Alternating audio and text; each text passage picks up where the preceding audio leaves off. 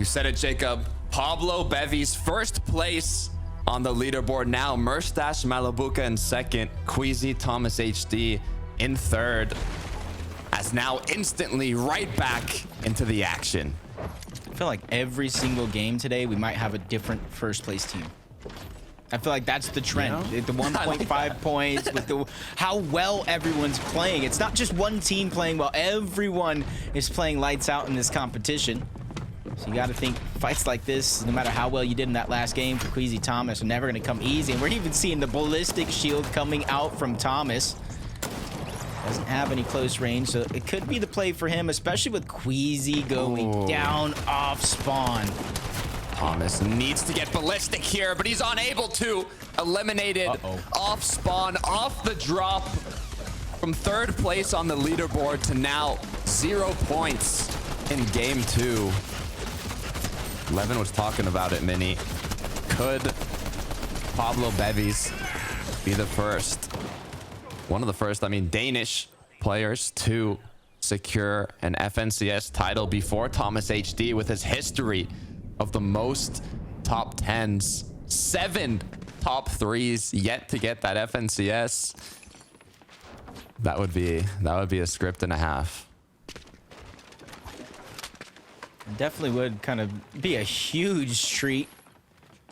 Just like this opportunity here to see the replay of Mongrel and Savage. We saw this highly contested fight 6 out of 6 games throughout the day yesterday, and Savage taking the fight to them, breaking through the door even to go ahead and give Mongrel and him a nice opportunity to play this game out. Now, yesterday we did say there was 3 duos contesting fencing fields. However, it seems they don't really take those early engagements, unlike Tina and Misha, sorry. It looks like they're gonna right off the bat eliminate Skydune. Quick 6 points, and his duo Shakoth now on the run. Yeah, and I would say typically Teeny and Misha are trying to chase it down, but I don't see crash pads, I don't see grapple blades. Even with a Flowberry Fizz is in his inventory, you kind of don't want to waste those when you can't really close the distance. So great awareness of the situation for Teeny and Misha to just disengage, continue looting up, grab the resources, let those eliminations come to you later on. You don't want to risk it for just those 6 points, Takata. There's 100 points up for grabs for placement alone. You needed that. You needed about 10 elims with a win yesterday just to score 100 points. Now it's just that much easier. It really is. And for Ping and Mixin, we're up on the snowy hill now. They do have that launch pad that they can use to maximize efficiency on their loot path. But it's all about preparation. As look at that, his duo partner now jumped on. Instant need for assistance. Ping manages to get the knock. It's on Nathan. CZZ gets sniped as well. The 2v1 continues. Yeah, mixing pings. They were at the top of the leaderboard for most of the day yesterday as well. And you can see why these great scenarios that they're putting themselves in, especially with that sniper in the hands of Mixin. And we've seen it. We talked about Thomas. We talked about Veno. There's a lot of good snipers going under the radar this season, and this is a great opportunity to highlight those snipers. I mean, they're devastating. You can think of players, Veno, Thomas HD, King, any of these players with a sniper in hand turns them into the Reaper. One shot is all it takes to turn the, not just tables around, it could turn your whole game around. As Vico, Pink, Kiro, Kiduo, once again, the battle continues. This time around, they're at least able to get one, kind of toss it back in their favor. And even though they're battling it out yesterday, it was back and forth, back and forth. Nobody really able to find their stride between the two teams, even third parties interrupting it at one point or another. It's Pink and Vico on the hunt. Kiro's going to get spotted out. Shield's going to get dropped. Pink almost getting dropped himself with a trade, but Kiro's finally going to go down, which gives it all over to Pink and Vico and possibly the forecast tower as well once they make their way over. Look, that's 1-1 for day 2. Kiro Kiduo took the battle in the last match, but the question is, the players in the surrounding areas, they're looking at the feed. They know this engagement's going on, and they might use that information to try and take the forecast tower from them. So hopefully Pink and Vico will be able to claim that, as they did come out on top in the fight. But we'll take a look at another one going on here. Cringe and Noms kind of scouting out what's going on down here by the reboot van. It's Arya and Low-Keyed, Robin Madax. But so far, they're just kind of, you know, chilling in their own boxes. Nothing happening yet. Both crouched. Maybe they're trying to, like, fake them out, pretend they've already left, but it's going to be a long time before anything happens there. Rezon Vadeal, though, not a great game one, not a great start to day two. And if Rezon gets knocked down here, it could be devastating. Huge flank third party by Andalex and Sato. And immediately, look at the minimap. They got their Surge. Trying to disengaging. Mox, Lazen are there as well. Everybody just trying to rotate on out, maybe even follow the train towards the zone. We haven't necessarily seen it on stream, but throughout the day yesterday, there have been teams using that train to rotate in as deep to the center of the zone as possible. And we're really seeing things and a lot of the tricks come out. As Yanis Flixie going against Pink and Vico, they saw the fight in the feed and they're ready to end it in favor of themselves. Vico dropped down to just a sliver of HP, and the persistence is there from Flixie. He even has the card. He's just trying to make his way in to capture it. But I think Pink and Vico are doing a good job of defending the terminal. This is exactly what we talked about. Yanis and Flixie capitalizing on knowing that Pink and Vico just came out of an engagement, are most likely not that healthy, might not even be around the forecast tower, which is why they were able to get that card. But the thing is, they're not the only duo that's interested. You saw Tayson as well. Veno kind of saying, do we join this party? We weren't invited, but we might be able to sneak in, as Yanis and Flixie quickly see the danger and decide, you know, we've already got the tower. It's been secured. We don't need those eliminations. We don't need to risk anything else. That's just literally quick thinking by Yanis and Flixie to be able to see that in the feed and then rotate straight on over to take control before Pink and Vico can actually get back on over there from their contested fight. And this is something that we've seen out of Yanis and Flixie, the ability to adapt on the fly. Flixie even getting his first VR in a finals lobby. They're just upward trajectory from there. They just need to have that solid performance here today to really cap it all off. And for Yanis, that'll be another FNCS champion. For Flixie, it's finally being able to put some respect on his name. Beto now looking to see what has gone wrong in this forecast battle, trying to see if he can maybe find a bit more information. He does have 32 shots inside of that Reaper sniper rifle in the chamber, ready to let loose. But so far, unable to see much. They're just going to continue with the rotate. Almost max materials. Good loadout already with mobility and 3 big pots.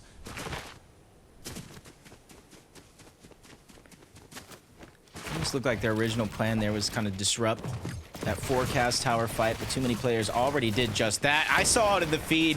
Production read my mind. Bevis goes down. Pablo's gotten a feeling of deja vu. I'm a solo yet again. And it's Marius and Sangil, the same team, made it towards the end, won that last game, and was a huge part in making sure Pablo did go down. But it does look like he's going to be able to escape for now. Nobody's hot on the chase just yet, but he has to be careful because he is on the edge of zone. Teams are beginning to rotate in that direction. You see 2 already on the minimap, a 3rd following the train. So Pablo has to really think outside of the box of when and where he's going to go back for Bevy's reboot card, because we know 100%. I can almost give you a Jacob guarantee that we'll see Bevy's back in this game sooner or later. Look, I'm going to ride your boat. I got the confidence as well, especially from what we saw in the last match. Tino, Chapix.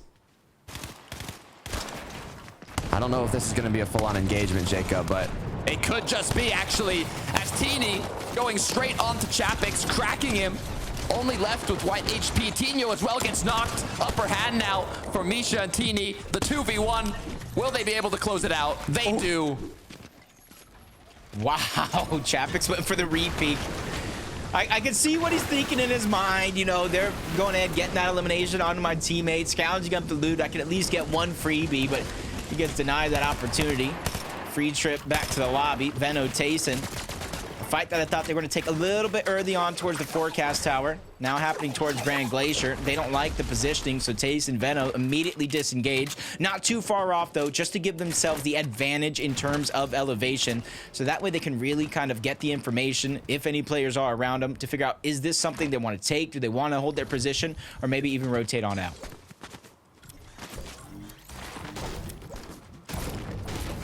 Yeah, looks like, especially in these grand finals, you don't want to take too many risks. You want to wait till you have a high chance of coming out on top in whatever risky scenario you want to get yourself into.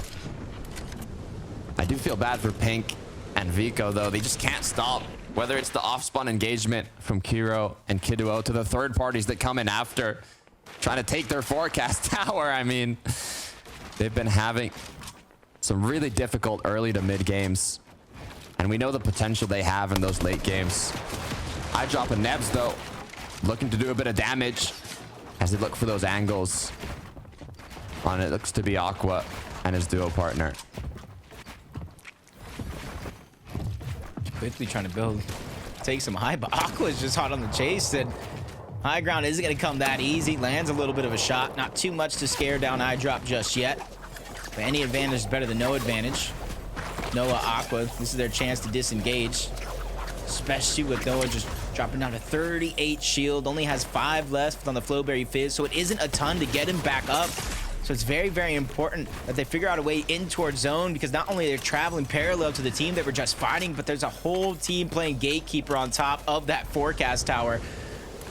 And it's going to be hard for Aqua and Noah to rotate their way in, so interesting to see what decision they make. I know if they keep going towards the east, they might be able to use the line of sight of the mountain to their advantage. 3 bullets in the chamber. All it takes is 1. Can Aqua connect that headshot that they might so desperately need, with Noah already being incredibly low on shield? Not much to recuperate. Walks Pixie, connecting 1. These snipes can be incredibly beneficial in terms of getting that damage you need for the Storm Surge threshold. If you have that ammunition to spare, the extra sniper bullets to help you take more of those shots, it could be the game-changing factor of getting enough damage. Yeah, huge blessing that Hari was able to kind of go back to that cache that was literally just 2 boxes behind. So nice damage in terms of the sniper, but not really going to be able to notice it on the next rotation. Now that he's going to get all shielded up. Vadeal Rezon in a tough spot not too long ago. Finally able to kind of bounce back. Now they set their eyes on the Seti and Cammy.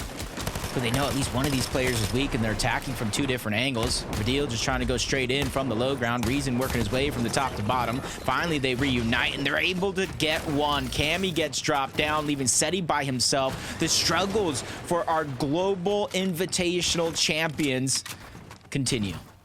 Seti put into panic now as he's forced into the 1 versus 2. But it looks like Rezon isn't done yet.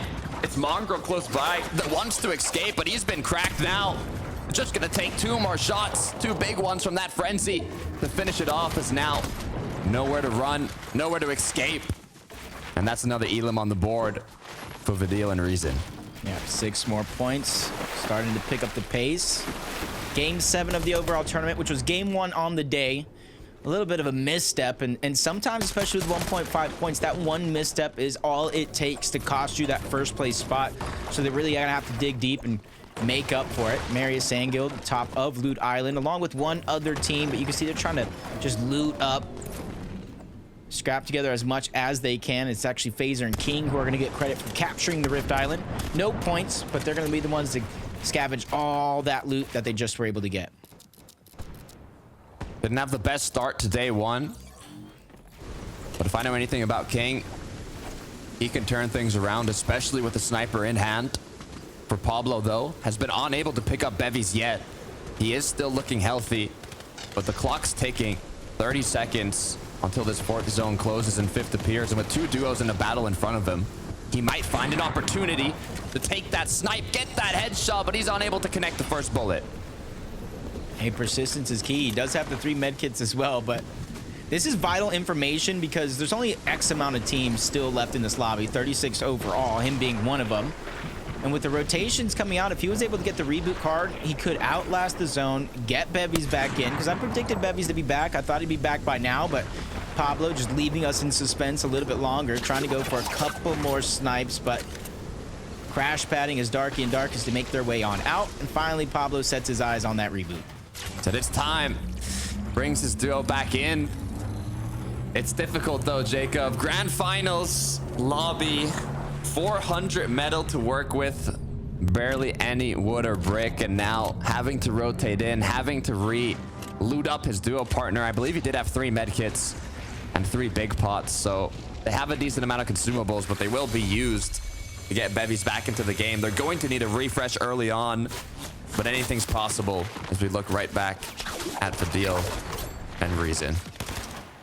Traveling on the congested side of zone. Swizzy, Putrix, the ones directly in their line of sight. But you can see in the minimap, so many teams littered around this same rotation, trying to find their way in. In a couple of seconds, zone's going to force them in anyway. As Swizzy and Putrix still trying to get the last of the shots before they make their rotation on out. And it's not too far of a rotation for a lot of these teams. But when you're rotating parallel with a lot of them, that's where it gets disastrous. As Pablo, Bevies finally up. They have the high ground, but they're down on Surge. But with everybody rotating, this is a great chance for them to pick up some shots here. One shot, Jacob. One shot is all it takes. And there it is, 116 from Pablo. This should be enough to bring him above, 62 above now. It's not going to be enough for the rest of the match, but it's going to be enough to hold on here just a bit longer. Only a shotgun and sniper in hand, as I assume Bevies has taken the AR. Medkits being split up, ammunition being split up, as they continue now to hunt for another shot. They're doing just enough to stay ahead of the curve. 62 above, but Veno, Tayson under pressure. Noah, Aqua going to be the ones on the other side. Out of zone, no HP. Veno gets dropped again. It's going to put a lot of pressure on Tayson. Medkit getting canceled. Noah goes in, but he gets sent right back on out, leaving Aqua by himself. But Tayson is running out of time. This is a 2-tick. Now or never for the Medkit. With 1 HP left, he finally gets it off to try to keep himself alive. But Aqua is still knocking on the door on the other side. He finally is disengaged. I think they realize this is almost a no-win scenario for both of these teams if they don't get out. And he actually goes down. The medallion gets dropped. Aqua, Noah are out. With a sliver of HP, literally 1 for Tayson. He gets the medkit off in time, and with that, out heals Aqua to finish him off. But now with Veno being eliminated, Tayson being outside of the zone, he has a launch pad he can use to get back in. Not even sure if he has time to loot up Aqua. Let's see what happened to Bevies and Pablo, though. All right, so Pablo's already down. Just a much-needed elimination. You said it as well, kind of when it was happening, even though Bevies is back, they're going to need a refresh. Look at his loot. If he doesn't have ammo, he doesn't have materials, using all of his heals. Pablo, lucky enough, before going down, was able to kind of gather up enough shot Surge. But now he has to return the favor and have a big solo clutch opportunity. Unless he pulls a Malibuka and tries for the reboot a second time. I was gonna say, we saw it happen in the semifinals. And I believe it was actually in the late game, Murstache picked up Malibuka and they almost traded themselves, leaving him as a solo to finish it. Until he picked him back up again. But that's gonna be difficult here for Bevies. He is 231 above though. No minis, 11 wood, 1 build. This is really something where you need a miracle, a blessing to come out of. Yeah, he's just trying to rotate, get next to a team, but not too close to where they're going to push him. He needs to make himself kind of look like a duo, because if they spot him out as a solo, they're going to go. Cade, Diox fighting towards the backside of the zone, getting smushed further and further back, but they're actually going to get granted the zone as the next one Buzz pull over in their direction. Nice opportunity for Bevies to hit a shot, but he is just in shambles, getting ping-ponged around the lobby, not really able to decide what he wants to do at almost any given moment. I mean, oh man. 3 builds now, all metal. If that duo that took shots pursues him, it could be the end of Bevies. Tayson, though, 30 below. No duo partner to help him with damage. It's all up to him. One of the Fortnite goats. Is he able to do it? Surge just gets the better of him. As now Bevies, 197 above, 14 HP, 2 builds. And a dream. 14 HP. Hey, all you need to do is at least have 1 HP. Be able to stay alive. Common sense. He's just outside the edge of zone as well, but he can immediately go back in. You see a lot of the builds that are going to be recyclable for a situation like this. It's all about what happens after, because you see him down low, kind of in a trench between two of the biggest mountains in the zone right now. If it pulls to either one, that's when I'm going to continue to get a little scared for Bevies, but one team needs to go down, and he'll at least start to collect those placement points. Malabuka looking to see if he can connect the shot here. AR in hand, hits 2, hits 3. One more needed to get the knock on Pixie, but it helps with the damage. Now, 27 above, 94 with the hits. Can they hold on, though? Just 19 seconds left until this zone closes. Malabuka and Mustache, they don't really have to do much. They're not the highest elevation, but they do have the natural mountain behind them. So lessens the chance of somebody being able to break into the box, but Mixon pings a whole different side of that Storm Surge threshold. Not going to be a ton, but 34 below. Not very many opportunities there as we look at an opportunity here. Bevies. Oh my gosh! The Reaper Sniper no scope, not no quick scope at close range. Talk about getting back into the game. Bevies has finally done it. And with the massive solo clutch the game prior by Pablo, this is his chance to return the favor. And now Pablo won't be able to hold it over his head if they win. Bevy's inventing new words with that headshot snipe.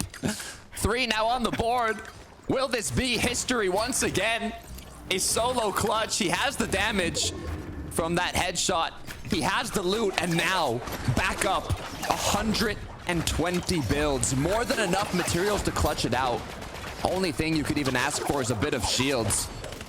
But there is potential to make something happen. And this is perfect situation in terms of zone. It's a far pull for everybody in the lobby. So there's not going to be great and too many opportunities for people to just sit back, camp, wait for zone, and try to target out a solo like Bevies. He just needs another one of these far pulls. He'll be A-okay as the rest of the lobby finally makes their way in. Placement points being gathered with every team that goes down. Oh, but Bevies goes down himself. That's Vico who went in, but Pink got lost along the way. So another solo opportunity in the form of Pinko coming up soon. Let's see how it happened. Bevies even built 4 boxes. It seemed to be the safer play, but with his roof, his cone replaced, he did go down. Ping Mixon, though, 4 elims on the board. Just like that, an extra 24 points going into this end game. 3 medkits to work with, 3 bigs. They're already ahead of zone as well. They can't even recuperate what they've used here. Question is, what do they want? Do they want to elevate themselves more? What layer are they playing for? So far, I'm trying to see as well who might be peaking for that high ground. It is 9th zone. It's the first moving, and it commences. Yeah, what they're doing, you can see it.